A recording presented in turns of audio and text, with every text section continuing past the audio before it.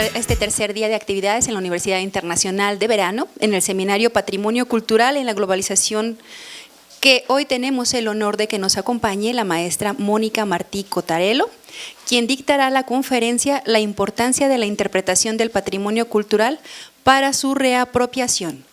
Antes de comenzar con la conferencia, les daré una breve reseña de la maestra Mónica.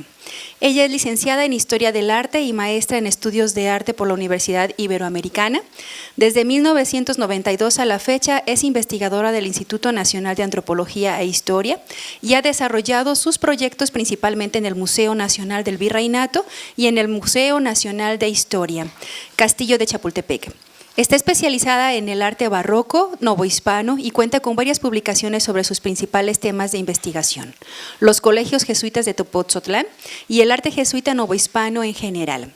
Ha sido coordinadora de la maestría en Estudios del Arte del Departamento de Arte de la Universidad Iberoamericana, subdirectora técnica del Museo Nacional de Virreinato y subdirectora técnica del Museo Nacional de Historia en el Castillo de Chapultepec. Del 2014 al 2018 fue también directora técnica de la Coordinación Nacional de Museos y Exposiciones del INAH. Por favor, la recibimos con un caluroso aplauso. Vamos a platicar un poquito ahorita de el problema del patrimonio, la identidad, ¿sí? Cómo se ha perdido eso y cómo podemos un poco recuperarlo con la interpretación del patrimonio cultural, ¿sí?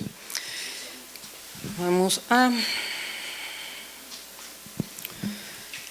De hecho, estamos en un momento en el que la globalización ha ayudado ahora sí que a un poco a ayudar a quitar la importancia a la necesidad de una identidad, ya sea individual o colectiva, ¿sí?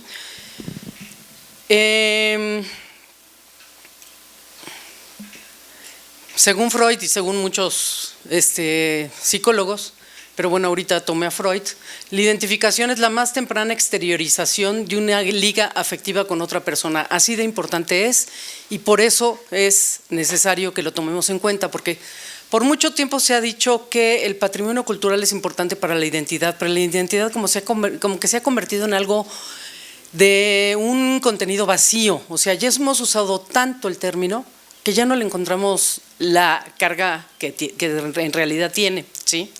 Es un poco ahorita de lo que se trata es ver cómo logramos con la investigación del patrimonio cultural recuperar eso, ¿sí?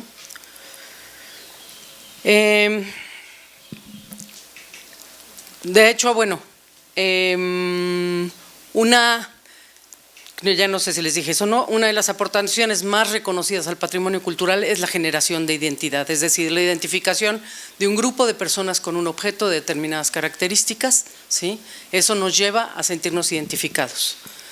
Zygmunt Bauman, por ejemplo, hay varios estudiosos, sociólogos y todo que estudian esto, pero que ya manejan que estamos viviendo un momento de identidades líquidas, es decir, ya no es una identidad, ya no nazco con una identidad y esa identidad la mantengo, no, ya ahorita la identidad me la va a dar lo que consumo y con quién lo consumo. Y mi grupo, el grupo con el que me identifico es el grupo que consume lo mismo que yo, lo cual es gravísimo, si lo pensamos, o sea, son identidades de ratito.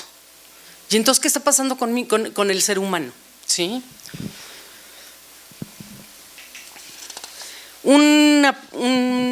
Lacan, Jacques Lacan, me gusta lo que plantea, porque él plantea que él, no sé qué opinen aquí los psicólogos, porque yo no soy psicóloga, pero un poco le entendí por ahí, ¿sí? Él plantea que el sujeto tiene que ser identificado con su ser de goce, es decir, lo que goza el individuo es parte también de su identidad, le ayuda también a identificarse, ¿sí? Y en estos aquí es donde vamos a empezar a encontrar qué pasa con el patrimonio cultural y la identificación, ¿sí?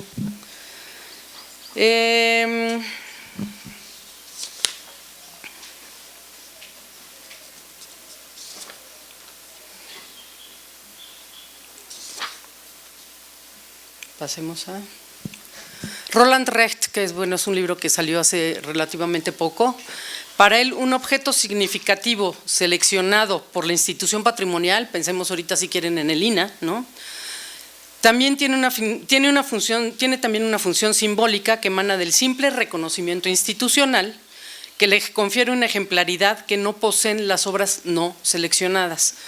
Es decir, si yo meto una pieza a un museo, le estoy legitimando como una pieza importante del patrimonio, ¿sí? Puedo meter una y que haya varias con esas mismas características, pero no forzosamente se van a identificar como patrimonio, ¿sí?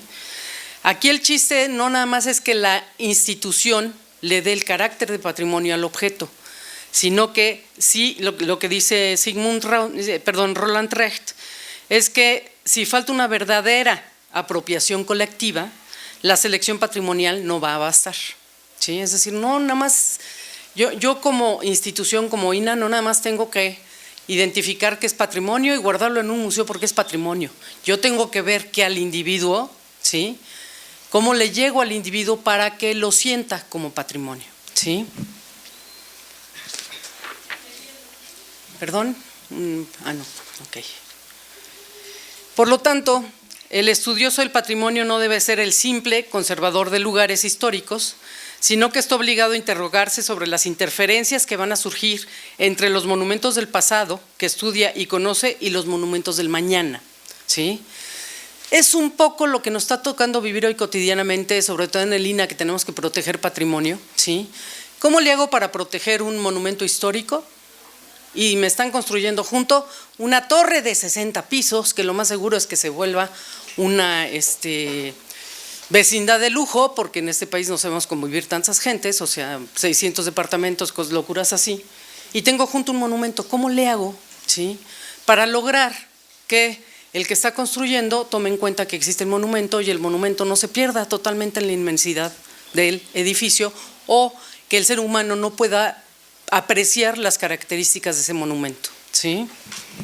También, que es otro de los problemas, que después estamos cuidando piedras viejas para el futuro, es decir, nos trepamos en que tenemos que cuidar lo viejo y no permitimos que se haga lo nuevo. Tampoco nos podemos dar el lujo de estatizar al ser humano, ¿sí?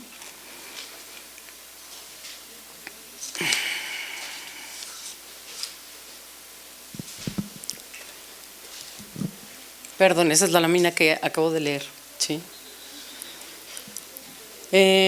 Bueno, pensando en todas estas cosas, quiero que se imaginen, ¿quién conoce en Tepozotlán, Estado de México? Son 3 los monumentos más importantes del barroco en nuestro país. Tepozotlán, la iglesia de San Francisco Javier en Tepozotlán, Santa Prisca en Taxco y la Valenciana en Guanajuato. ¿Alguien conoce Tepozotlán? Ok, perfecto. Entonces, quiero que los que ya lo conocen, que recuerden un poco qué pasó cuando entraron a esa iglesia. Y para los que no lo conocen, vamos a ver una foto. ¿Sí? Es eso. El oro a lo bestia. Exacto, ¿sí? También quiero que piensen que hoy en día hemos perdido la capacidad de asombro, ¿sí? La gente se enfrentaba a este espacio hace 350 años prácticamente. Hoy en día, digo, con las redes y demás, nos enteramos de lo que pasa en Europa, pues prácticamente al momento. En aquel entonces nos tardamos 6 meses en enterarnos que nuestro rey había muerto. De aquí a que salía el barco de España y llegaban y nos avisaban, ¿sí? Entonces, piensen que la gente que ingresaba aquí, evidentemente, era impactada mucho más que nosotros, ¿sí? Por eso quisiera el ejercicio de los que no han estado, de pensar cómo se sentirían o qué pasaría con ustedes estando en ese interior, ¿sí? Además de razonar y preguntarnos por qué el oro, cuándo se hizo esto, todo esto, creo que hay que tomar en cuenta qué está pasando con nosotros, qué estamos sintiendo ahí adentro, ¿sí? Más que nada porque es arte y el arte en aquel entonces era para sentirse, ¿sí? Si el arte no se sentía, no estaba sirviendo, ¿sí? Tenemos que ver qué significa este espacio para nosotros, lo que vivimos en él, y no solo para nosotros, sino para mí también, ¿sí?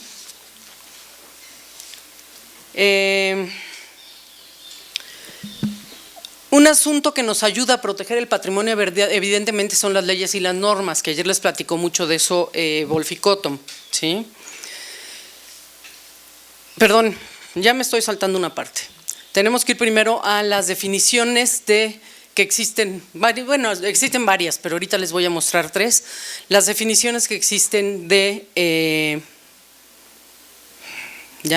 disculpen ustedes, voy para atrás. Sí, estoy hablando ahorita de legislación, ¿sí? La legislación, ¿sí? En el 1972, que es cuando se discute todo lo que está pasando con la cultura y con el patrimonio cultural en nuestro país, ¿sí?, se hicieron audiencias públicas. Es muy curioso porque todo empezó porque los coleccionistas y vendedores de antigüedades estaban promoviendo una ley, ¿sí?, de tal modo que los ganones fueran ellos. Entonces brincó el colegio de antropólogos y dijo, no, a ver, por ahí no, espérenme, ¿sí? Y entonces se hicieron audiencias públicas para ver para dónde tenía que ir la ley, ¿sí? Y en ese momento, en la primera audiencia, se dijo que había necesidad de una legislación adecuada y conveniente para poder regular y poder proteger el patrimonio cultural de la nación, ¿sí? Entonces las leyes en general de allá para acá, del 72 para acá, van a ir en ese sentido, ¿sí? ¿Qué es lo que pasa? En este momento se está ocupando la ley de proteger y conservar el patrimonio, ¿sí? Pero no está pudiéndose ocupar la ley de cómo le hacemos para que el individuo valore el patrimonio, ¿sí? Si bien no lo dicen forzosamente y muy tajantemente, sí hay indicios en casi todas las leyes que nos hablan de que hay esa preocupación, ¿sí? Desde el triunfo de la República, es decir, mediados del siglo XIX, ¿sí?, decían que el Museo Nacional, que ya existía prácticamente desde el inicio de la independencia, el Museo Nacional debía servir para la instrucción y el recreo de los habitantes de la Ciudad de México. Ya están manejando recreo. Piensen que estamos hablando a mediados del siglo XIX, ¿sí?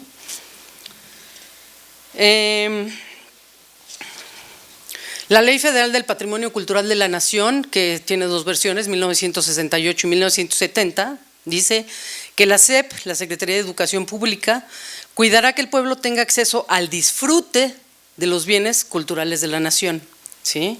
Es decir, si bien están reglamentando y normando para proteger y conservación, les está preocupando el disfrute.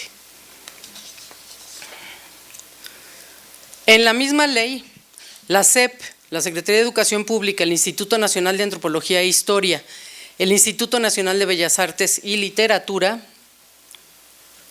¿sí?, realizarán, y los demás institutos culturales realizarán campañas permanentes educativas para el conocimiento, protección, preservación, conservación, recuperación, acrecentamiento y el respeto, ¿sí?, de los bienes adscritos al patrimonio cultural de la nación. Por último, la Ley Federal sobre monumentos y zonas arqueológicos, artísticos e históricos, que es la definitiva de 1972, y tuvo cambios en el 82, ha ido teniendo cambios hasta para crear la Secretaría de Cultura hace 3, 4 años, ¿sí? Ya no menciona nada de esto esta ley, ya es mucho más estricta, pero bueno, ha sido una excelente ley, al grado de que hace como 6, 7 años, el gobierno español usó esta ley mexicana para defenderse de Odyssey, la empresa gringa que rescata naufragios, ¿sí?, porque habían ido a sacar un naufragio en mar español, ¿sí?, y obviamente Odyssey quería comercializar eso. Entonces el gobierno español se defendió en un tribunal americano con la ley mexicana y el tribunal americano le dio la razón al gobierno español por la ley mexicana, para que vean lo que aportó esa ley, ¿sí? El único problema tiene, les digo, enormes ventajas, pero sí en su redacción, como quedó fuera esto del disfrute y todo esto, ¿sí?, se establece que el Estado es el que va a definir lo que es patrimonio y el Estado es el que va a cuidar el patrimonio, ¿sí? Lo que nos pasó, que ahorita estamos viviendo y que ahorita tenemos que ver cómo solucionamos, es que, por ejemplo, las mayordomías en las iglesias virreinales que cuidaban las esculturas de los santos, ¿sí?, las sacaban a procesión, las vestían, todo esto, les cambiaban las joyas, cada cambio de temporada litúrgica. Aquí lo que sucedió es que como ya no la podían cuidar ellos, se les dijo ya no la pueden tocar, ¿sí?, porque tampoco la pueden deteriorar, ¿sí? Entonces, las mayordomías que sentían el patrimonio de la iglesia propio, toda la comunidad, ya dejaron de sentirlo como propio. Y ahorita tenemos un problema de que en las iglesias de las comunidades, pueblos y demás, se están robando las cosas con mucha frecuencia, ¿Por qué? Porque si ya no es de ellos, ¿por qué la van a cuidar?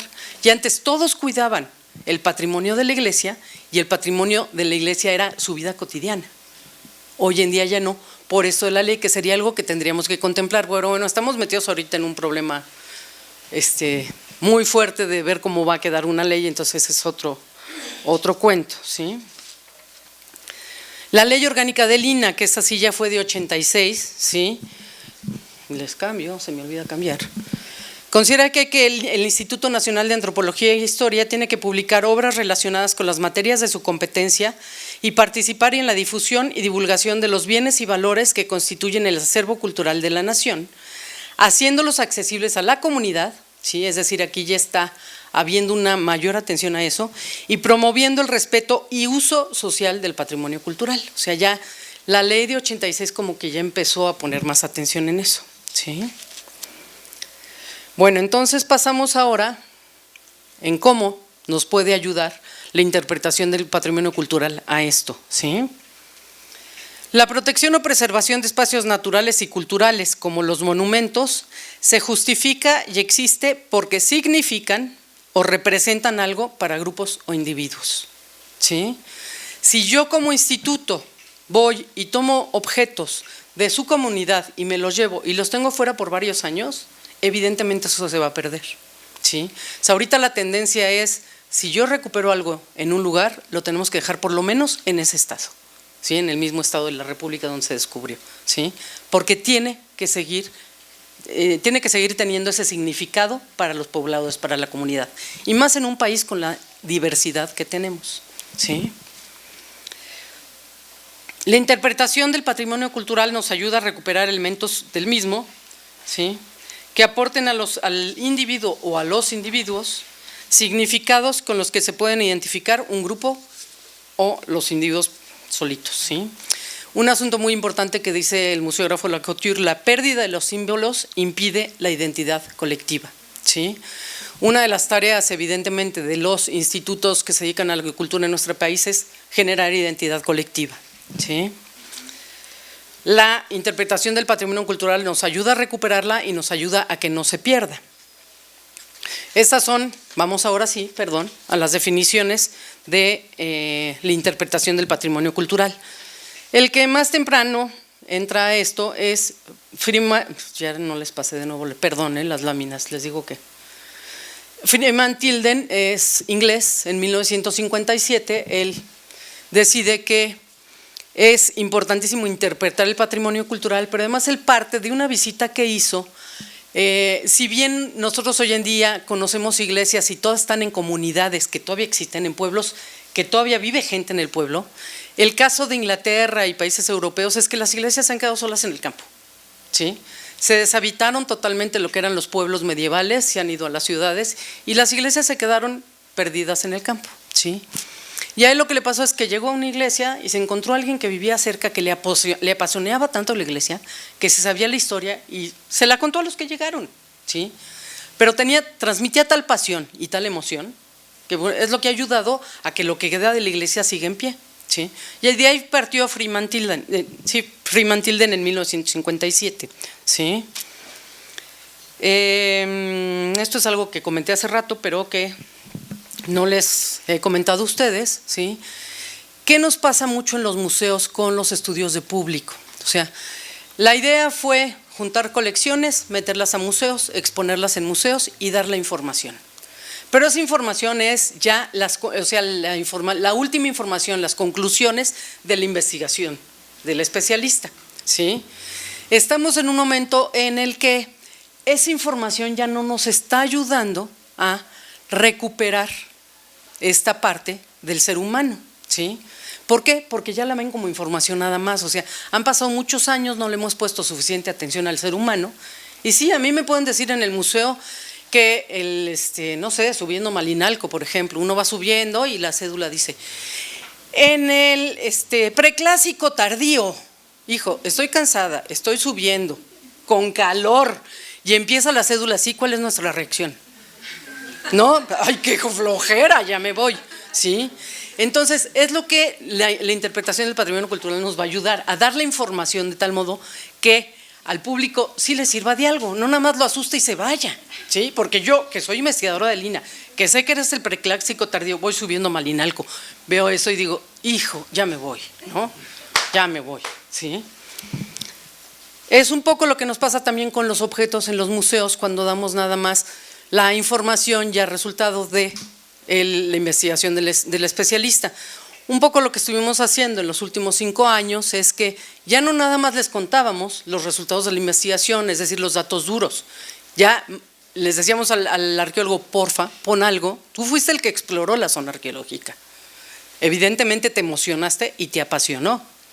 Por favor, recupera eso para que puedas jalarlos a que asimilen la información.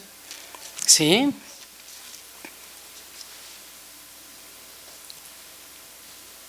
Entonces tenemos que la interpretación del patrimonio cultural es una actividad educativa que pretende revelar significados e interrelaciones, ¿sí? Es decir, relacionar el objeto arqueológico con la exploración, eso me va a ayudar a que el público vea otras cosas. Es decir, hemos perdido la capacidad de ver cómo cambia el ser humano. Si somos humanistas, ¿cómo que no tomamos en cuenta al ser humano? ¿Sí? Eso es lo que no se vale. La interpretación es una actividad educativa que pretende revelar significados e interrelaciones, no limitándose a dar una mera información de los hechos. ¿Sí? Esta es una definición también de Tilden. ¿Sí? La Asociación para la Interpretación del Patrimonio considera que la definición de interpretación es: la interpretación del patrimonio es el arte de revelar in situ el significado del legado natural o cultural al público que visite estos lugares en su tiempo libre. Es decir, esto también tiene que ver con bosques, lagos, todo este tipo de cosas, ¿sí? No nada más con el patrimonio cultural, arqueológico, histórico y todo esto, ¿sí? Jorge Morales Miranda, un español, dice que la interpretación del patrimonio es un proceso de comunicación estratégica que ayuda a conectar intelectual y emocionalmente al visitante con los significados del patrimonio, del recurso patrimonial visitado, para que disfrute y lo aprecie. ¿Sí?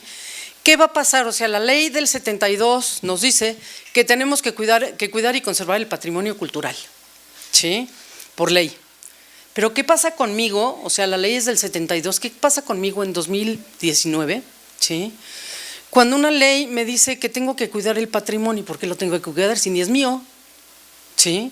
O sea, esta suerte de expropiación mental que pasó en estos años, ¿sí? ¿Por qué lo voy a cuidar si no es mío? Entonces, con la interpretación lo que tenemos que lograr es que lo sientan suyo. Y lo van a sentir suyo con experiencia, con disfrute, con todo este tipo de cosas, el patrimonio. Evidentemente, evitando caer en todo este asunto de disneylandizar todo para lucrar. Ese es un peligro. ¿Sí? No es que yo esté yendo en contra de lucrar, digo, creo que vivimos en el mundo de lo que se trata es lucrar, ¿qué le vamos a hacer? No lo podemos evitar, pero es tan delgada la línea, ¿sí? Del disfrute que podemos tener con el patrimonio al echar relajo, como con Disneylandia, ¿sí? Que podemos perder de vista eso. ¿Sí? Podemos perder de vista totalmente lo que nos da el patrimonio cultural. ¿Sí? Bueno, entonces ahorita sí vamos a empezar a pasar un poquito más a lo propio. Esas son definiciones de… Entonces considero que la misión de la interpretación del patrimonio cultural, ¿sí? Es producir significados en la mente de los visitantes. ¿Sí? ¿Qué pasa cuando yo entro a la iglesia de San Francisco Javier? Bueno, es un impacto tremendo, ¿no? En primero el dorado, que es la primera referencia de todo mundo. ¿Por qué? Porque el oro es caro, ¿no? Me dice mi sobrino cuando era chiquito, qué desperdicio, ¿y para qué pusieron tanto oro aquí? Sí, pues dije, no de gratis, es hijo de economista, sí, o sea, sí, qué desperdicio. Pero bueno, después de ese impacto racional, sí, hay que pensar qué nos está pasando, o sea, ¿qué nos hace caminar adentro de él? ¿Qué está pasando con nosotros en ese caso? ¿Sí? La finalidad de la interpretación del patrimonio cultural para mí sería producir cambios en los ámbitos cognitivos, afectivos y actitudinales del visitante. ¿Sí? Si logro que el visitante sienta algo, disfrute el patrimonio, no me va a pasar, o sea, vamos a lograr pasar esto o solucionar esto que nos pasó con la ley del 72, de que ¿por qué lo voy a cuidar si no es mío? Bueno, lo cuido, no es mío, pero porque me da algo, ¿sí? La esencia del patrimonio cultural para mí estriba en el mensaje, y el mensaje tiene que provocar el pensamiento de los visitantes. En ese caso ya entraría la información, ¿sí? Y el desafío de la interpretación del patrimonio cultural, la finalidad de la interpretación del patrimonio cultural, producir cambios en los ámbitos cognitivos, afectivos y actitudinales del visitante. La esencia estriba en el mensaje, y el mensaje tiene que provocar el pensamiento en los visitantes. El desafío es conectar los variados intereses de visitantes heterogéneos. ¿Cómo le hago, ya pensando más en un museo, ¿sí?, para montar un guión y lograr que le interese a varios tipos de público? ¿Sí? Normalmente lo que hacíamos los investigadores en el INAH es, pues yo tengo mi información y hago mi guión, pues con mi información, ¿sí? Pero no, ahorita lo que estamos teniendo que hacer es que mi información, es más, yo ya tengo que partir como investigador de museo, mis hipótesis y mis objetivos ya no van en función de lo que a mí me interesa o lo que a mí se me da la gana o por donde me lleve la investigación. Mis hipótesis y mis objetivos ya tienen que ir en función de las necesidades de mi público, ¿sí? Esa es la diferencia de un investigador de cualquier investigador en un centro de investigación, ¿sí?, y el investigador que trabaja en museos. Yo tengo que tomar forzosamente en consideración qué está pasando con mi público, ¿sí? Entonces tenemos que hay 3 etapas en el desarrollo de la interpretación. Este sí es de acuerdo a Jorge Morales Miranda y lo vamos a ver después, ¿sí? Ahí están, ¿sí? La primera es partir de trabajos científicos propios o de revistas especializadas o tesis doctorales. Eso es cuando yo no soy el investigador del tema, ¿sí? Yo trabajo en un museo, yo tengo que recuperar información para hacer un guión, ¿sí? Y entonces, pues sí, parto de trabajos científicos en revistas, libros y anexas para empezar a hacer mi guión, ¿sí? La segunda interpretación es traducir a un lenguaje ameno y comprensible lo que quizás solo conozcan los especialistas y expertos, ¿sí? ¿Cómo le hago para quitarle los tecnicismos? O sea, el famoso preclásico tardío, subiendo a Malinalco cuando estoy cansado, esperando llegar a la zona, cansado y con calor, ¿no?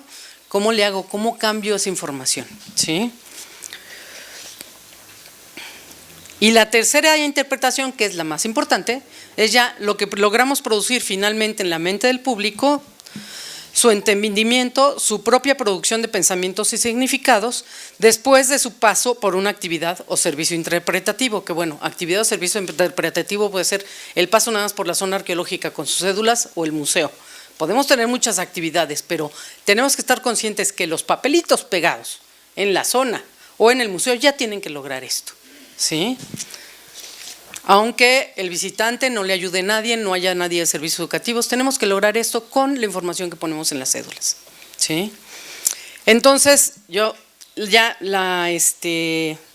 pensando ya en que soy investigador de museo y yo sí voy a hacer la investigación para el museo, mi definición de investigación para la interpretación del patrimonio cultural es investigación en fuentes primarias y secundarias cuyas hipótesis parten de la necesidad de conectar intelectual y emocionalmente al visitante con los significados del recurso patrimonial visitado para que disfrute y los aprecie, ¿sí? Un poco esta es la definición de la que estuvimos partiendo los últimos años en la coordinación de museos para hacer los guiones de museos, ¿sí? Pasamos entonces, para todo esto, el visitante necesita ayuda, ¿sí? Para comprender, desarrollar actitudes y comportamientos necesita ayuda como pistas claves y elementos de juicio. Todo eso vamos a tener que ver de contemplarlo en la información que le estamos dando al visitante.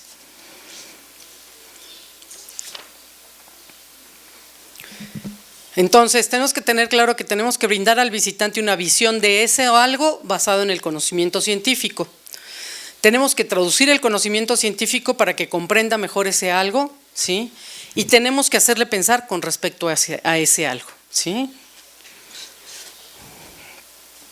Volvemos. Tilden claramente dice, la interpretación no es instrucción, sino provocación. Provocación es importantísimo, ¿sí? Un poco, ahorita que les explique el estudio de caso, van a ver cuáles son las cosas que uso como provocación, ¿sí? Como conclusión a lo que tenemos que entender como interpretación del patrimonio cultural es que, una interpretación efectiva logrará atraer y mantener la atención del visitante, que el visitante entienda y retenga cierta información, que el visitante adopte una actitud positiva y que se observe un cambio permanente de comportamiento en el visitante para que cuide el patrimonio. ¿Sí? Pasamos ahora sí al estudio de caso. ¿Sí? ¿Qué me pasaba cuando los 18 años que fui investigadora de Tepozotlán? Que yo entraba el público, Tepozotlán es un colegio jesuita, ¿no? Yo ya sabía que era un colegio jesuita, era investigadora del lugar, ¿no? Pero todo el público, o sea, el 80% del público, entraba preguntándome qué monjas vivían aquí. Ya de entrada. ¿Por qué? Porque es el referente más común cuando les dicen es que es un convento. Que no es cierto que sea convento, era colegio, o sea, ya para los jesuitas es un colegio, no es un convento. Pero en el imaginario colectivo tenemos el problema de que todo edificio religioso, sea de uso masculino o femenino, es convento. Y en automático, como hay muchos colegios de monjas, pues el convento es de monjas. Entonces, era la primera pregunta, la más recurrente del público que entraba a Tepozotlán, ¿qué monjas vivían aquí? Y esa sí es una inquietud consciente del visitante, ¿sí? Entonces fue donde dije, bueno, yo tengo que ver qué hago para lograr que aprecien el edificio en el que están, ¿sí? Número uno, se están enfrentando a espacios que no son comunes hoy en día, son espacios enormes, ¿sí? Hoy en día, digo, desde los 90s que empecé a vivir ahí, ya empezaba a haber habitación cajón, ¿no? Toda la habitación social era habitación cajón y era de 50 metros, ¿sí? Es como que llegan a un espacio donde vivían tantos y en un espacio tan grandote y con tantas cosas, ¿sí? El edificio del colegio donde está esta iglesia son 10,000 metros cuadrados construidos, ¿sí? Digo que es un complejo funcional, formativo, productivo, ¿sí?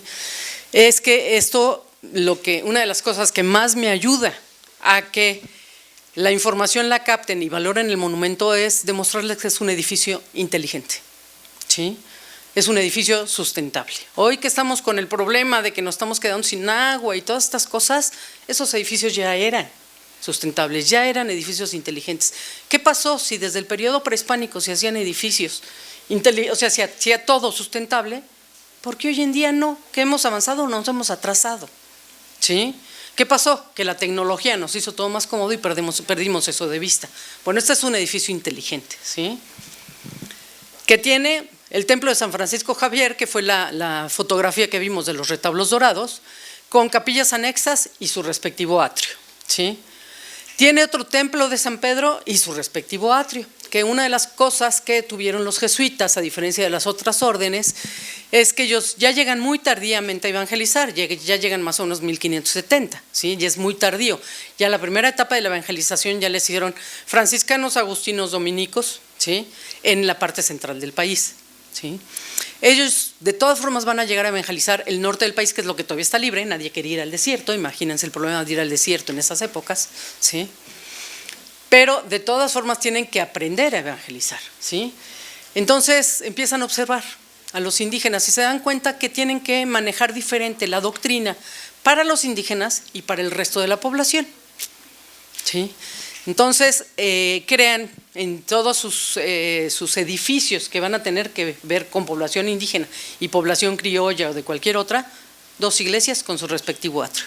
El templo de San Pedro es el templo para la población indígena, ¿sí? Aparte tenía su atrio, que el atrio es importantísimo en evangelización, ¿sí? Era el espacio en donde los frailes desde el inicio juntaban, antes de construir el convento y construir la iglesia, en ese atrio, en ese espacio, juntaban a toda la población y ahí empezaron la evangelización. Tiene una capilla de novicios, una capilla de juniores, tiene además 5 patios, o sea, son 5 claustros.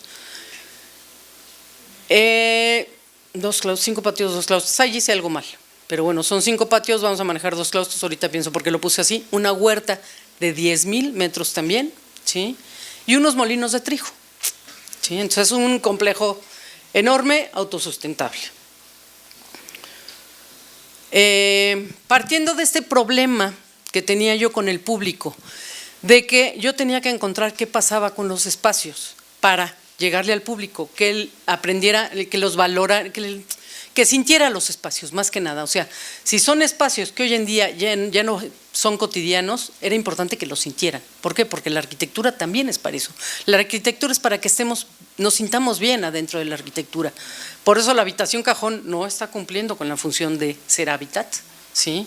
Y además, perdón, pero yo sí creo que vivir en habitación cajón está ayudando a generar más violencia de la que en realidad ya existe. O sea, si uno no tiene un espacio para llegar en donde se siente bien a descansar, ¿cómo va a estar bien al día siguiente? ¿Sí? Hoy en día, como lo que nos preocupa es cómo se ven las cosas, o sea, ha ganado que es más importante el sentido de la vista que otros sentidos. Hemos perdido de vista eso, o sea, tenemos que tener un lugar donde nos sintamos bien para descansar. Eso era importantísimo en aquel entonces. Y la Compañía de Jesús desde Roma pedía, que el asesor edilicio, que los edificios fueran funcionales para todas las actividades que se tenían que desarrollar en su interior y que el ser humano estuviera bien desarrollando esas actividades, ¿sí? Entonces, partiendo de la pregunta del público de qué monjas vivían aquí, yo tengo que ver qué pasa con los espacios. Entonces, acabo metiéndome a analizar los espacios, analizar comunicaciones, leer la arquitectura, ¿sí? Viendo las escaleras, las puertas, las ventanas, ¿sí?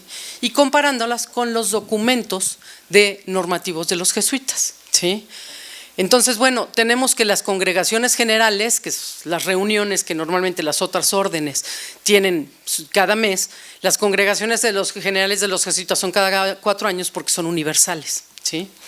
Entonces, en 1558 las congregaciones generales decidieron que tenía que haber casas y colegios útiles, sanos y fuertes para habitar y para el ejercicio de los ministerios al modo nostro, es decir, al modo que ellos funcionaban, ¿sí?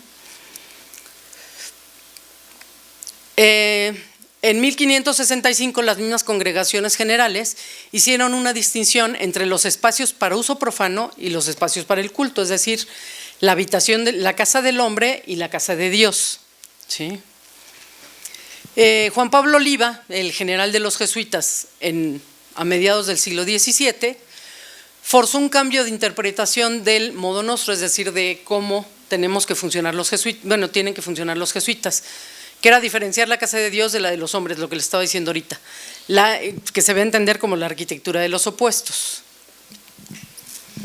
Ya más específicamente para el Colegio de Tepozotlán, que esto ya partiendo de los documentos, del análisis de los espacios, llegué a la conclusión de esto, que tenían que ser espacios adecuados para el óptimo desarrollo de actividades requeridas para el correcto funcionamiento de las instancias formativas, educativas, religiosas y productivas que funcionaron en su interior, ¿sí?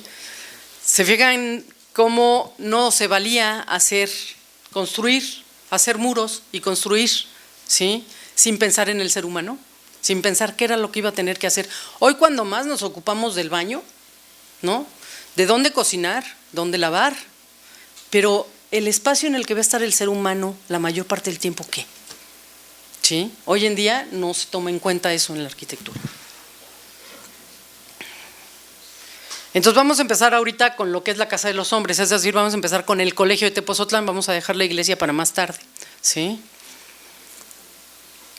Bueno, para que se imaginen un poco, esto es, como es un colegio, se trataba de que vivieran en paz, ¿sí? Vieron la magnificencia de la iglesia, todavía no les enseñó la fachada, pero teniendo ese interior, imagínense la fachada. Ustedes han visto muchas fachadas, de hecho las fachadas de aquí de Lagos de Moreno, las fachadas de León, coloniales, son impactantes, ¿sí? Entonces, tenemos que, esta es la entrada, esa puertecita es la entrada al colegio, que está entre la fachada de la iglesia imponente y la fachada de la iglesia de San Pedro. ¿Por qué algo tan chiquito? ¿Por qué? Porque no se trataba de llamar la atención. Adentro tenían que estar en paz, estudiando y meditando.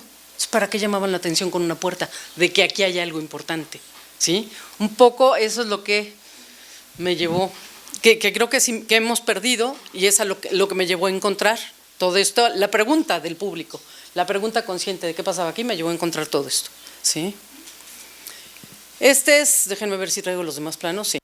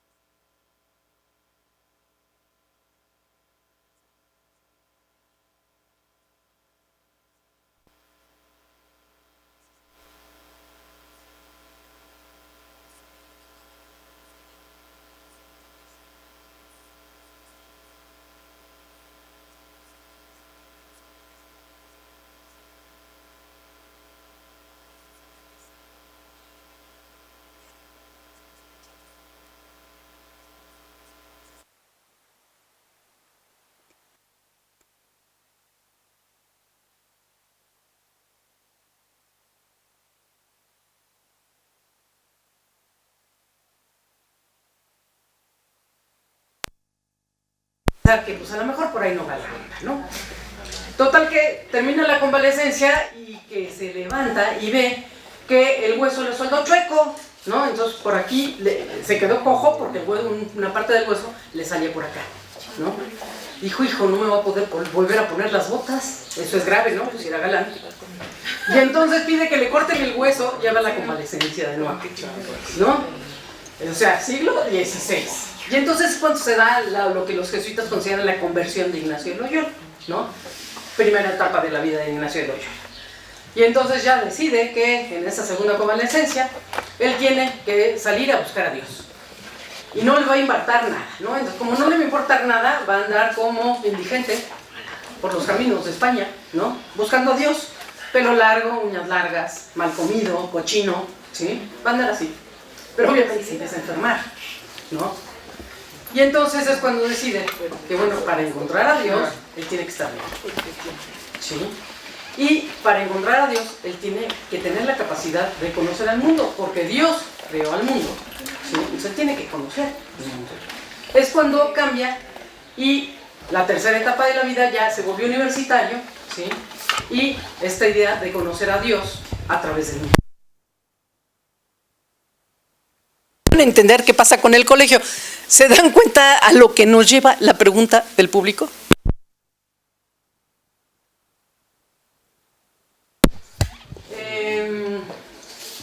Bueno, les empecé a contar todo esto porque ahorita me acuerdo. Bueno, la enfermería existe porque evidentemente él considera que tanto jesuitas como indígenas tienen que estar sanos, ¿sí? Si él quiere que Dios, que Dios llegue a todos, pues tienen que estar sanos. Por eso se ocupan mucho de tener enfermerías, ¿sí? Toda esta zona, ya leyendo la arquitectura y viendo los documentos, la identifiqué como aulas y espacios donde estaban los juniores. O sea, el colegio de Tepozotlán es casa de probación, ¿sí? Casa de probación es decir, vamos a probar al ser humano a ver si funciona para estar en la orden, ¿sí? A diferencia de las otras órdenes, que las otras órdenes tienen noviciado, ¿sí?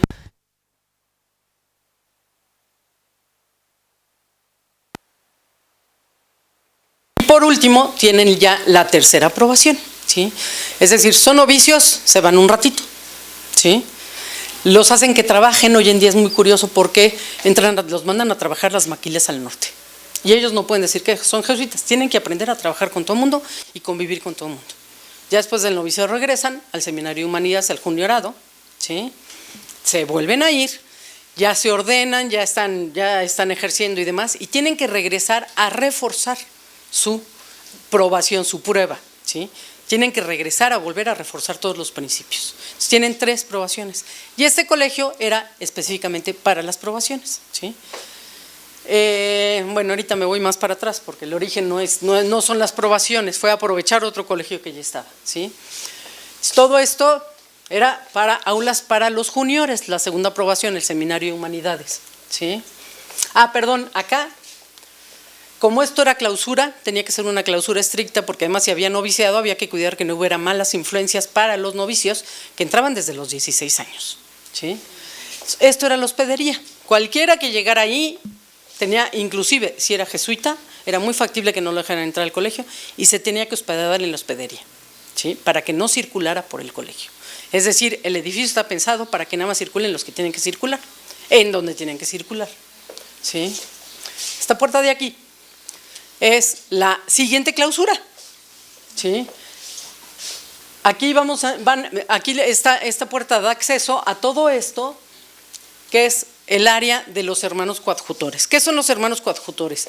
Los que entraron a la compañía de Jesús a sabiendas de que nunca iban a llegar a ser sacerdotes, siempre iban a ser hermanos, ¿sí? Y son los que le dan servicio a todo, ¿sí? A los padres, a los novicios, a todo el mundo, los hermanos coadjutores dan el servicio. Entonces, por eso les decía yo del hermano médico.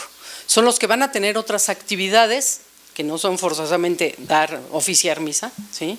Pero tienen que tener limpias las iglesias, todos los implementos que hagan falta, ¿sí? Limpio el colegio, cocinar, hacer sotanas, todo eso, ¿sí? Le tocaba a los hermanos coadjutores. Aquí no entraban más que jesuitas y niños hijos de los caciques indígenas. Ahorita les voy a explicar por qué, ¿sí?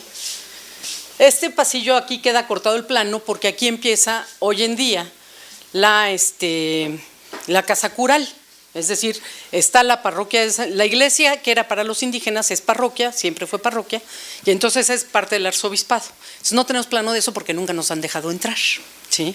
Pero sabemos que está la parroquia de San Pedro y estaba el colegio para niños indígenas. Vámonos para atrás, perdón que los regrese, la historia de cómo llegan. Los jesuitas llegan a la Nueva España en 1572, ¿sí? Llegan asesorados siempre tenían asesores, siendo universitarios evidentemente tenían asesores, ¿sí? Y lo que les dicen los asesores es que en ese terreno conocido, en esa área conocida en ese entonces como Nueva España, lo que va a ser importante van a ser las haciendas, o sea, lo que le va a rifar económicamente hablando van a ser las haciendas. ¿Por qué les preocupa tener poder económico? Porque para poder mantener los colegios, ellos tienen que tener dinero, ¿sí? Son una orden más que nada para educar, ¿sí? Hoy en día la vemos como para educar élites, pero no, sí es una orden pensada para educar todo tipo de población, ¿sí? Sobre todo los más desprotegidos. Entonces, hoy en día todavía tienen la Universidad Ayuc, ¿sí? La universidad indígena en la colindancia de los estados de Guerrero, Oaxaca y Chiapas, ¿sí? Y esa universidad obviamente es internado, porque para llegar allá no está nada fácil, ¿sí? La mantienen con lo de las universidades de cobro, que cobran bien cobrado, ¿sí? Entonces, ellos originalmente cuando llegan a la Nueva España están establecidos obviamente en el centro de la Ciudad de México, pero empiezan a ver dónde hay comunidades indígenas para irse estableciendo. Y una de ellas es Huixquilucan, en Locoyo de Santa Fe, en la Ciudad de México, ¿sí? Ahí se hablaba náhuatl y otomí. Entonces empiezan a aprender el náhuatl y el otomí.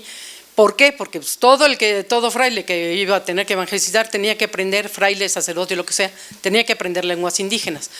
Evidentemente, ya sabiendo ellos náhuatl y otomí, iban llegando a las otras comunidades, encontrando quien les tradujera, iban aprendiendo, y así se fueron hasta el norte, ¿sí? Entonces, están en Huixquilucan, y el obispado de Cuautitlán les dice que por favor vayan a atender la parroquia de Tepozotlán, que había poquitos indígenas, pero bueno, también el sacerdote del clero secular había fallecido y ellos no tenían quien la atendiera. Y entonces los jesuitas medio le piensan porque se supone que ellos no pueden curar almas, no pueden tener parroquias, ¿sí?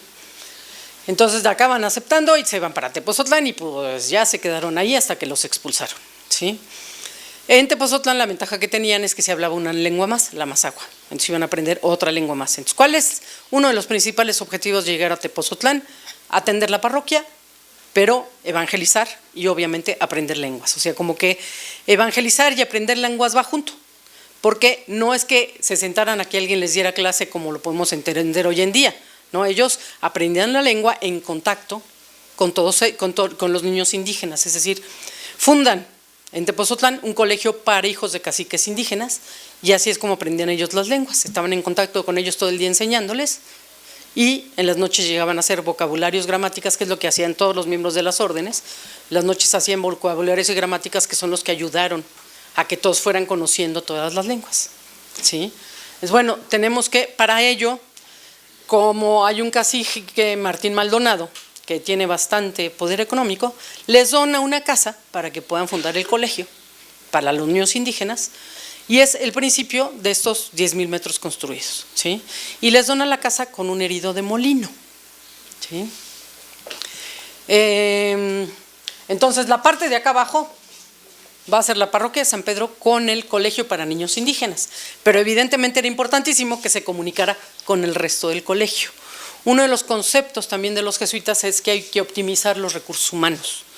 Normalmente tienen 3 colegios juntos, así como tienen 2 iglesias juntas, tienen 2, 3 colegios juntos. En la Ciudad de México es el Colegio de San Pedro y San Pablo, el Colegio de San Ildefonso, que hoy es del UNAM, y la actual Universidad Obrera, ¿sí? Que era el Colegio de San Gregorio. San Gregorio era el colegio para niños indígenas, el Colegio de San Pedro y San Pablo era para ellos, era el teologado, lo que hoy decimos teologado, y el Colegio de San Ildefonso era el internado para hijos, sí, de una élite, ¿sí? Entonces, bueno, aquí eran 5 colegios finalmente, ¿sí? El colegio para niños indígenas, el colegio de lenguas y las 3 etapas de aprobación, ¿sí?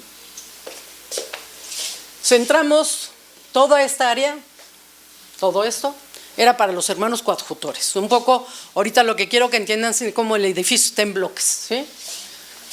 Entrada, juniorado y enfermería. Los hermanos coadjutores, los que tenían que atender todo, aquí están, por ejemplo, en todas esas zonas los espacios son muchas procuras, bodegas, ¿sí? Lugares donde guardar todo esto, ¿sí?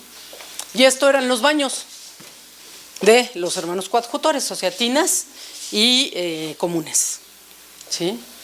Va a haber las bajadas de aguas negras, todavía hoy existen, hasta abajo, sí, sí, o sea, lo organizaron de tal modo que hubiera bajadas de aguas negras que coincidieran para que no tuvieran que ser tantas, ¿sí?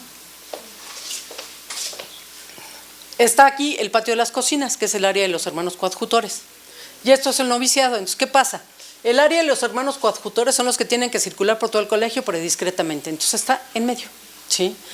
La salida a la huerta es por acá oficialmente, pero ellos también tienen salida a la huerta por acá. Aquí dice que hay una arquería. ¿Qué pasa con esa arquería? Esa arquería es la que llevaba agua pura de un manantial de afuera del colegio al colegio, ¿sí? Entonces los hermanos coadjutores tenían que cuidar que la arquería estuviera limpia para llevar el agua, ¿sí? Tenían que salir, también tenían que salir a atender a la huerta, pero salían por donde no le estorbaran ni a los novicios ni a nadie, ¿sí? Y por último está aquí el noviciado.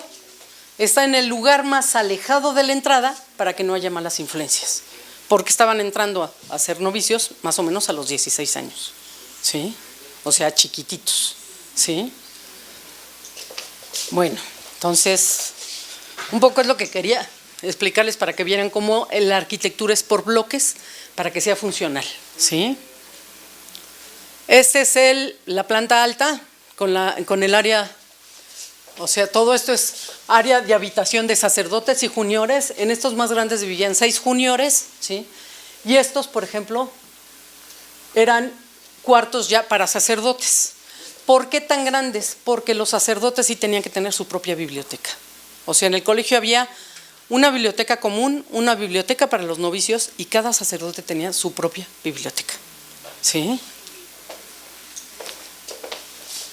Esta parte de acá abajo es la enfermería alta. O sea, les enseñé la enfermería donde llegaban los indígenas, que los cuartos estaban de este lado, ¿sí? Esta parte alta es la enfermería donde trataban a los jesuitas. Entonces hay una escalera que comunica la parte baja con la alta, ¿sí? Para que el hermano médico pueda subir, pero atender por separado, para que no hubiera influencias, por separado de los jesuitas de los indígenas, ¿sí? ¿Por qué les explicaba lo del cambio de lugar?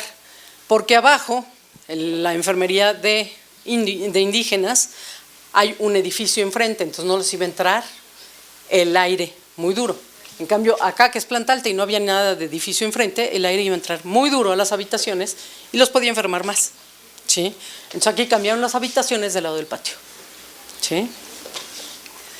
Esto es, hoy en día estos muros son nuevos, esto es la capilla para los juniores, las tinas y los comunes para los juniores y los sacerdotes, y el área de descanso y recreo de sacerdotes y juniores, ¿sí?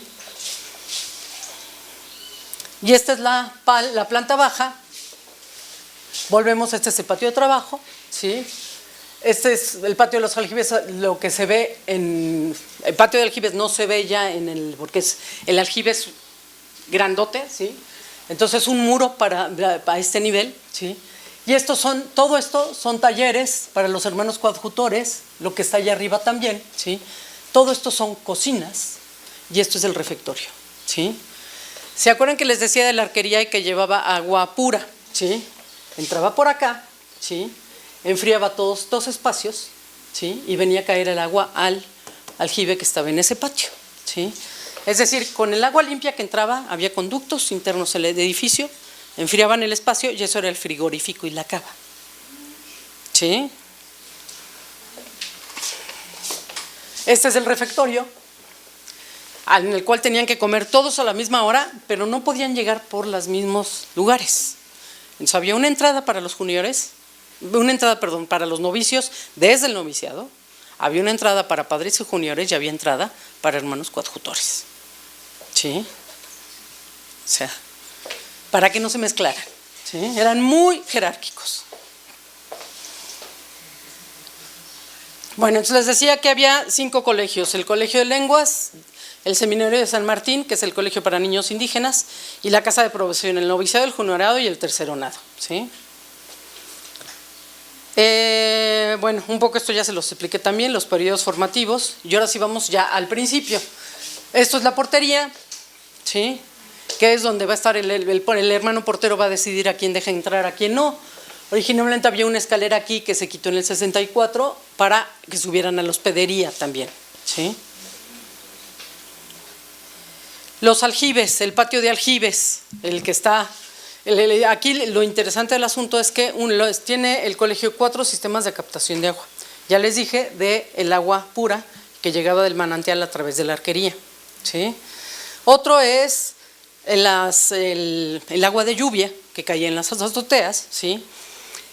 Hay una suerte de compuertas en las azoteas que en las primeras lluvias dejan que el agua baje por las gárgolas a los patios, ¿sí? Se limpian las azoteas, se cierran las compuertas y entonces ya el agua es dirigida a unos conductos internos del edificio que van a captar el agua y la van a llevar a los aljibes. Los aljibes hoy en día siguen funcionando. No sabemos dónde están los conductos porque no hemos hecho escáner, no hay planos, no hay nada. Pero el agua sigue llegando a los aljibes y el agua la seguimos usando para los baños, ¿sí? Un poco para que se den una idea, ¿sí? De lo sustentable que es edificio inteligente. Y no les voy a decir que es el único, todos los edificios en el virreinato eran inteligentes. ¿Qué pasó? ¿Por qué hemos perdido eso? ¿Sí?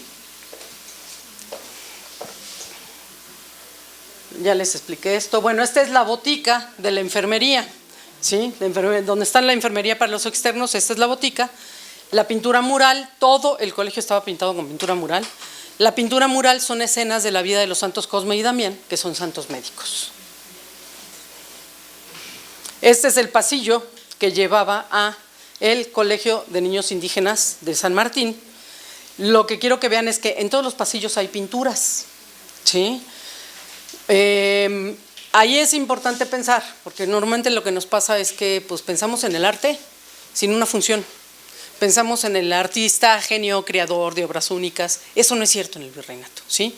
Los pintores, los escultores y demás son como cualquier otro productor, ¿sí? O sea, como el herrero, como cualquiera de ellos, ¿sí? Y para que se den una idea, ¿cómo se llama? En la Catedral de México hay una pintura de Cristóbal de Villalpando, que le decimos la apoteosis de San Miguel Arcángel, que está firmada por Cristóbal de Villalpando como inventor, ¿sí? Eso quiere decir que él no copió la composición de otro, porque era lo más común, copiar composiciones de grabados y demás, que era lo que pedían los padres, ¿sí? Y él inventó la composición, entonces, bueno, le metió mucho a la obra. Bueno, le pagaron menos a él que al que hizo el marco.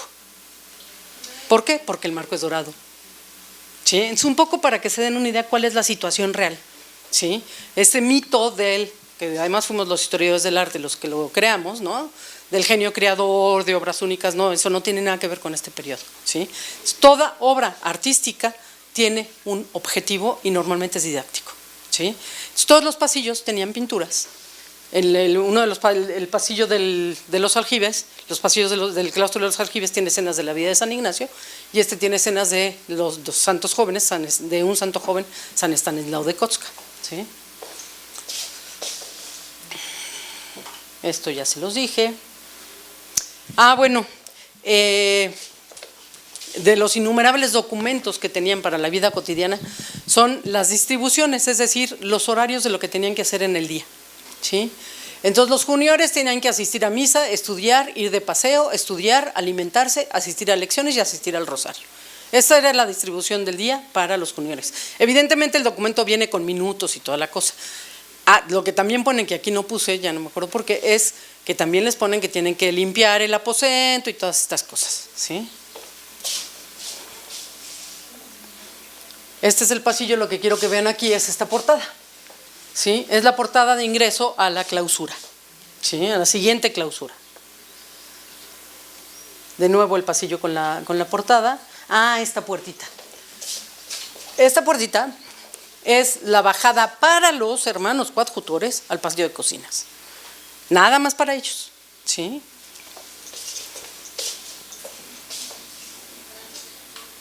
Esta es la subida para sacerdotes y juniores a su área de habitación, al claustro alto de los aljibes, ¿sí?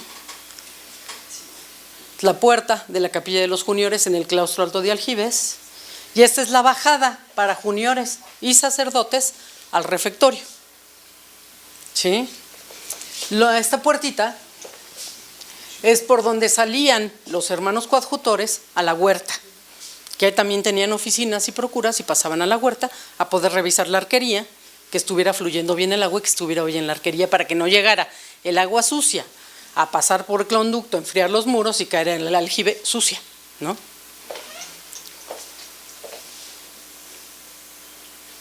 El noviciado, ¿sí?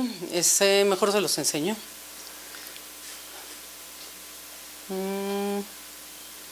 Bueno, las distribuciones de los novicios, aquí sí puse horario.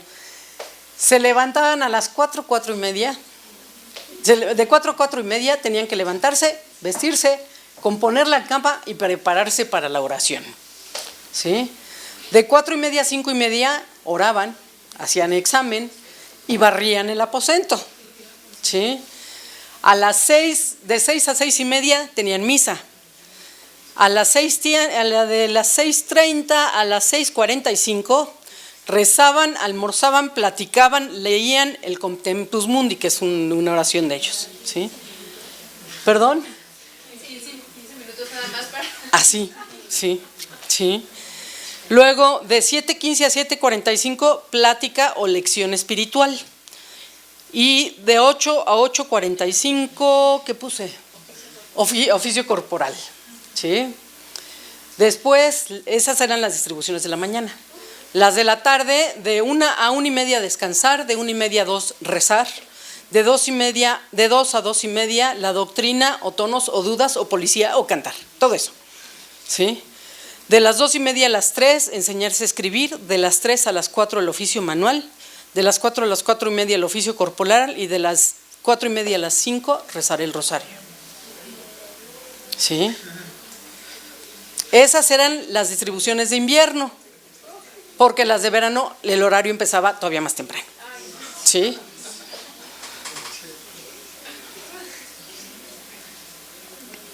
Esta es la puerta de la clausura, ¿sí? Esta es la siguiente puerta de clausura, la que llevaba de el espacio de los hermanos coadjutores al noviciado. Otra puerta para la clausura de los novicios, para que no hubiera malas influencias, ¿sí? Este es el pasillo que lleva de una puerta de clausura a la otra, el espacio de los coadjutores.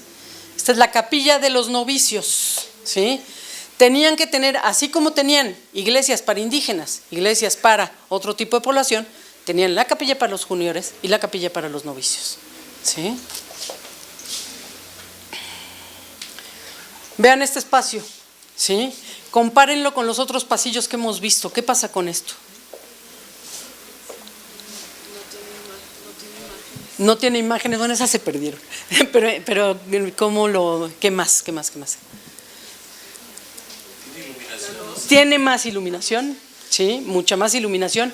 Es un espacio mucho más reducido, con techos más bajos, mucho más cálido. ¿Por qué? Porque era para los novicios, tenían que estar a los 16 años aquí, encerrados, ¿sí? Salían nada más a la capilla y volvían a regresar, ¿sí? Entonces, bueno, esta es la puerta que corresponde a la portada que vimos, ¿sí?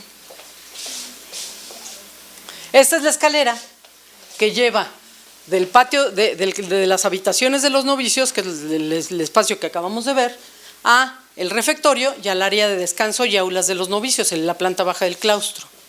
O sea, tenían su propia escalera para bajar, no era… Este es el patio de los novicios, alrededor de este patio hay aulas, ¿sí? Un teatro, como teatro, porque era importantísimo para ellos. Acá abajo hay otro aljibe, también bajaba el agua ahí, y todos tienen fuentes, si se fijan todos los patios tienen fuente. ¿El llamado patio de los naranjos es el llamado patio de los naranjos? Es el más famoso, pero es muy chistoso, porque sí es el más famoso por el nombre, es el más famoso porque se considera el más bonito, pero los naranjos son fake. Es decir, sí, tenemos que pensar que hemos avanzado mucho en los criterios de restauración y demás.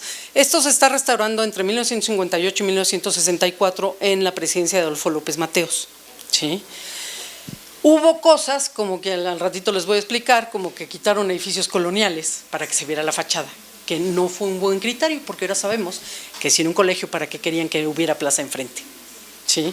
Entonces aquí, como en todos los conventos del siglo XVI había naranjos, decidieron que se también tenía que tener naranjos. Hoy en día sabemos que no. ¿Para qué quiero el patio de naranjos si tengo una huertotota? ¿sí? Entonces, es que estos son 10,000 metros de huerta construidos, no se compara con los metros de los conventos del siglo XVI, sí, que eran mucho más chiquitos. Piensen también que, bueno, los conventos del siglo XVI es un momento en el que evidentemente los indígenas pueden atacarlos muy fácil. ¿Para qué quiero una huerta de 10,000 metros construidos si no la puedo cuidar, que no se salte en la barda? Sí. Entonces esas cosas, cuando pensamos en la historia tenemos que pensar que aquellos también eran seres humanos iguales que nosotros. ¿Sí?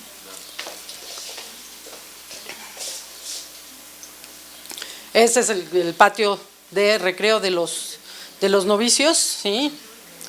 Esta es la escalera que les decía, la puerta de bajada de los coadjutores a las cocinas. Y aquí lo que quiero que vean, a ver en qué foto es esta. Sí, aquí. Este arco, ¿sí? Del otro lado se ve, sí, que hay un canal. Ese es el canal que trae el agua de la arquería, el agua pura de afuera, enfría todo este espacio frigorífico y cava. ¿Sí? La salida a la huerta, la capilla que está en la huerta, ¿sí? Y ahora sí vamos a pasar a lo que es la iglesia, ¿sí? Ya les dije que, bueno, los 3 monumentos más importantes del barroco son Santa Prisca, Tepozotlán y Guanajuato, la Valenciana en Guanajuato, ¿sí?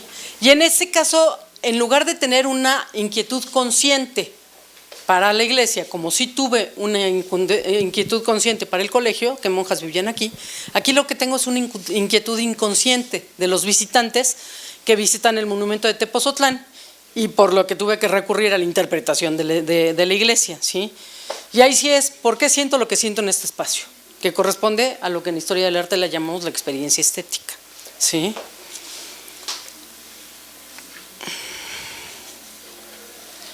Entonces, lo primero que encontré, una respuesta con mensajes comprensibles y relevantes para el ego, a la inquietud inconsciente del visitante, es la experiencia estética en el templo de San Francisco Javier en Tepozotlán. ¿Sí? La espiritualidad ignaciana pide que las imágenes, es decir, el arte, ¿sí?, hablen a los sentidos y a los sentimientos. ¿Sí? O sea, ahí tenemos que la función del arte le cae como anillo al dedo a lo que está necesitando Ignacio de Loyola, pero esto no es ya gratis, es algo que se necesita de por sí, es algo que está hablando de un ser humano integral que por todo el siglo XX como que fuimos perdiendo, ¿sí? Para los jesuitas, la misión del arte en la espiritualidad ignaciana es hacer sentir la presencia de la divinidad, es decir, el arte tiene un objetivo, unir a los seres humanos y permitir que cada uno exprese lo que busca con su propio lenguaje. ¿Sí? Bernini, esto no se los he contado, resulta ser que en el siglo XVII, de mediados del siglo XVII, uno de los generales de la Compañía de Jesús es Juan Lorenzo Bernini, ¿sí? Y se llama Juan Lorenzo Bernini es el artista, Juan Pablo Olivas es el jesuita, ¿sí? Se lleva muy bien con Juan Lorenzo Bernini, ok, ahorita me apuro. Se lleva muy bien con Juan Lorenzo Bernini, que es el artista más importante del momento en el Vaticano. Y entre ellos deciden que lo importante es que con todas las manifestaciones artísticas se logre crear una gran obra que incida en todos los sentidos del espectador, ¿sí? ¿Qué es lo que va a pasar con San Francisco Javier en Tepozotlán? Lo que José Antonio Maraval, uno de los estudiosos del barroco, que bueno, hoy en día ya está muy discutido el barroco, pero no hemos llegado a ninguna conclusión, yo lo sigo llamando barroco, porque si no estamos siendo críticos, no criticones, o sea, como que digo que no sirve el término y no ofrezco otro, ¿no? Por lo pronto sigámosle llamando así, los procesos históricos existieron, ¿sí? Entonces, él dice que hay recursos y acción psicológica sobre el individuo en el barroco, que es la extremosidad, la suspensión, la dificultad, la novedad, la invención y el artificio. Vamos a ver cómo varias de estas cosas las encontramos en San Francisco Javier, ¿sí? Vean la fachada de la iglesia que les decía, la estamos viendo ahorita de lejos. Lo que les contaba de las casas que sí eran de la colonia estaban aquí, en todo esto, ¿sí? Las tiraron porque, pues, como estamos acostumbrados en este país a ver una iglesia con una plaza enfrente, pues decidieron que eso estaba mal, que se tenía que ver bien la fachada, ¿no? No, pues no era ese el objetivo, entonces no importaba que hubiera casas, ahí eran las casas de los pobladores de Tepozotlán en ese momento, ¿sí? Y es más, los tenían cerca para poderlos evangelizar, ¿sí? Entonces quedaron casas nada más del 19 para acá gracias a un criterio de restauración que no investigó bien, ¿sí? Bueno, tampoco era el momento en que hubieran investigado tanto, la verdad. Vean qué va pasando, nos vamos acercando a la fachada, o sea, pensemos que el colegio está en un montículo en el pueblo, la fachada se ve hoy en día, a pesar de los edificios, desde todo el pueblo, ¿sí? Y vean qué va pasando conforme nos vamos acercando a la fachada, ¿sí? Hasta llegar a esto, ¿sí? ¿Qué pasa? Hay una emoción, a ver qué me voy a encontrar, me voy acercando y voy encontrando cosas, más cosas, ¿sí? Y de repente llego y me encuentro que hay una puerta, ¿sí? ¿Qué pasa conmigo? Tengo una suerte de suspensión en la emoción que estoy teniendo, ¿sí? Es uno de los elementos psicológicos del barroco, ¿sí? Entro, hay un cancel, es decir, no puedo entrar y ver de frente lo que ya vimos los retablos, hay un cancel que cierra, ¿sí? Y entonces salgo a los lados y veo estas dos pinturas. Pues me está diciendo que, bueno, algo va a haber, todavía no sé qué, pero algo va a haber, ¿sí? Hasta llegar a esto, ¿sí? Entonces, ¿qué está pasando? Nos están manejando las emociones desde que nos estamos acercando a la iglesia. Piensen que estamos a mediados del siglo XVI, hemos perdido, a mediados del siglo XVIII, hoy en día hemos perdido la capacidad de asombro, ¿sí? Más fotos del mismo espacio para que se den una idea con diferente iluminación, ¿sí? Bueno, y aquí les explico. También con esta iglesia lo que nos dimos cuenta, porque lo que nos dimos cuenta es que teníamos un concepto de artista del virreinato que no era real, porque a Miguel Cabrera lo entendíamos como pintor, ¿sí? Y Miguel Cabrera contrata esto. Pues ¿cómo? Si las únicas pinturas son las dos que les enseñé del Sotocoro, la de el Sagrario y la de la Virgen de Guadalupe que está de lado. Entonces, ¿cómo que el pintor contrató retablos? ¿Sí? Y ahí fue donde seguimos investigando y encontramos que el artista es integral, ¿sí? El artista tenía que crear lo que pedían Olivas y Bernini, de crear con todas las manifestaciones artísticas una gran obra. Es un artista integral, no lo que entendemos hoy en día como el pintor, el escultor, no, esto era todo, ¿sí? Y un poco para que se den una idea, el señor para hacer los retablos tuvo que tener idea de acústica, porque cuando entramos aquí hoy no estamos siendo afectados nada más por la vista, agréguenle la música, el incienso, ¿sí? Y los sacerdotes que estaban trepados en el presbiterio con ricas obras, con ricas vestiduras litúrgicas, ¿sí? Copones y todo esto. Imagínense el impacto en el que entraba aquí a mediados del siglo XVIII. Lo que dijeran los de allá arriba era cierto, ¿no? Dios existe, ¿sí? Entonces, bueno, Miguel Cabrera y Higinio de Chávez lograron crear una gran obra que impactara en todos los sentidos del espectador. Cuando se arregla el órgano en los 90s, se da el concierto, la orquesta y el coro estaban abajo y el organista arriba, y nunca chocaron los sonidos. En toda la iglesia nunca chocaron los sonidos, entonces tenían idea de lo que era la acústica, ¿sí? Bueno, esto es para que vean detalles de los retablos. Miguel Cabrera, ya se los expliqué. Pozzo, ahorita nos lo vamos a saltar porque ya tengo que terminar. Y bueno, perdón.